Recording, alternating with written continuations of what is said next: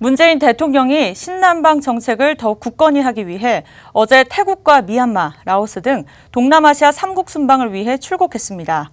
그런데 이번 순방길에서 문재인 대통령이 국내 대거 은행장들과 동행을 한다는 내용이 밝혀지면서 그 배경에 관심이 쏠리고 있습니다. 김수영 기자의 보도입니다. 문재인 대통령이 지난 1일부터 오는 6일까지 엿새간 태국, 미얀마, 라오스 등 동남아 3개국 순방에 나섰습니다. 신남방 정책을 공고히 하기 위해 순방에 나서는 건데 국내 은행장들도 다수 동행했습니다. 김태형 은행연합회장을 비롯해 진옥동 신한은행장, 허인 국민은행장, 지성규 KB 하나은행장, 손태승 우리금융지주 회장 겸 우리은행장, 김도진 기업은행장 등이 함께 순방길에 나선 겁니다. 은행장들이 대외 경제 사절단에 참여하는 모습은 매우 이례적인 사례입니다. 특히 문재인 정부가 들어선 이후 4대 은행장이 모두 일시에 대통령 해외 순방에 동참하는 것은 처음입니다. 이는 문재인 정부의 신남방 국가 진출 확대 정책과 새로운 수익원 창출을 위해 신남방 국가로의 글로벌 사업에 나서고 있는 은행들의 행보가 일치했기 때문으로 해석됩니다.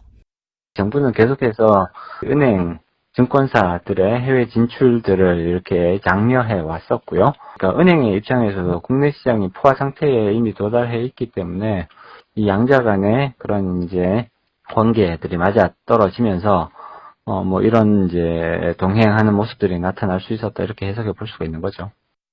은행장들은 순방길에서 현지 영업망을 직접 찾아 점검에 나설 것으로 알려졌습니다. 특히 3개국 중에서도 미얀마 일정에 적극 동참할 것으로 전해졌습니다. 미얀마는 KB국민, 우리, KB하나은행은 현지 법인 또는 사무소 형태로, 신한은행은 지점으로 진출해 있습니다.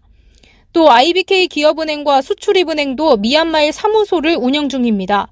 실제로 지난달 27일 열린 금융권 공동 채용 박람회에서 진옥동 신한은행장과 김도진 기업은행장 모두 신남방 출장에서 미얀마 방문에 주력하겠다고 밝힌 바 있습니다. 이처럼 국내 은행들이 미얀마로 향하는 이유는 수익 창출의 가능성이 매우 높은 블루오션이기 때문입니다. 총 인구가 5,600만 명에 달하는 데다 평균 7% 안팎으로 경제 성장률도 높습니다.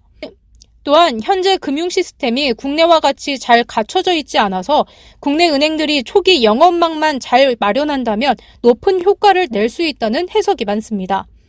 지리상 동남아시아 중심에 위치해 있고 천연가스와 원유, 구리, 아연 등 각종 천연 자원이 풍부한 데다 중국, 인도, 태국 등 거대 신흥 시장과도 가깝다는 장점까지 있습니다.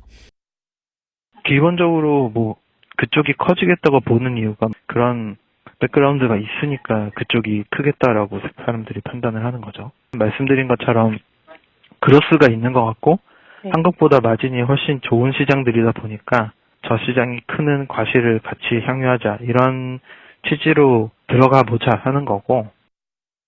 이에 더해 미얀마 정부가 최근 외국계 은행에 대한 현지 인허가 규제를 완화하면서 국내 은행권의 기대감은 커지고 있습니다. 작년 8월에는 현지 기업에 대한 외국계 지분율이 35% 이하일 경우 미얀마 자국 기업으로 분류하도록 했고 외국계 은행의 현지 기업 대출과 지점 증설을 허용하며 사업 문턱을 낮춘 겁니다. 이 같은 상황에 발맞춰 IBK 기업은행과 국민은행의 경우 현지 사무소를 지점으로 바꾸려고 하고 있고 수협은행도 현지 지점 신규 개설 막바지 작업에 돌입했습니다. 시중은행의 글로벌 진출과 정부의 신남방 정책의 동행으로 이루어진 이번 동남아 3개국 순방길. 이번 순방길에서 국내 은행들이 금융권 블루오션으로 꼽히는 미얀마 진출에 물길을 터 글로벌 은행으로 발돋움할 수 있을지 주목됩니다. 박스뉴스 김수연입니다.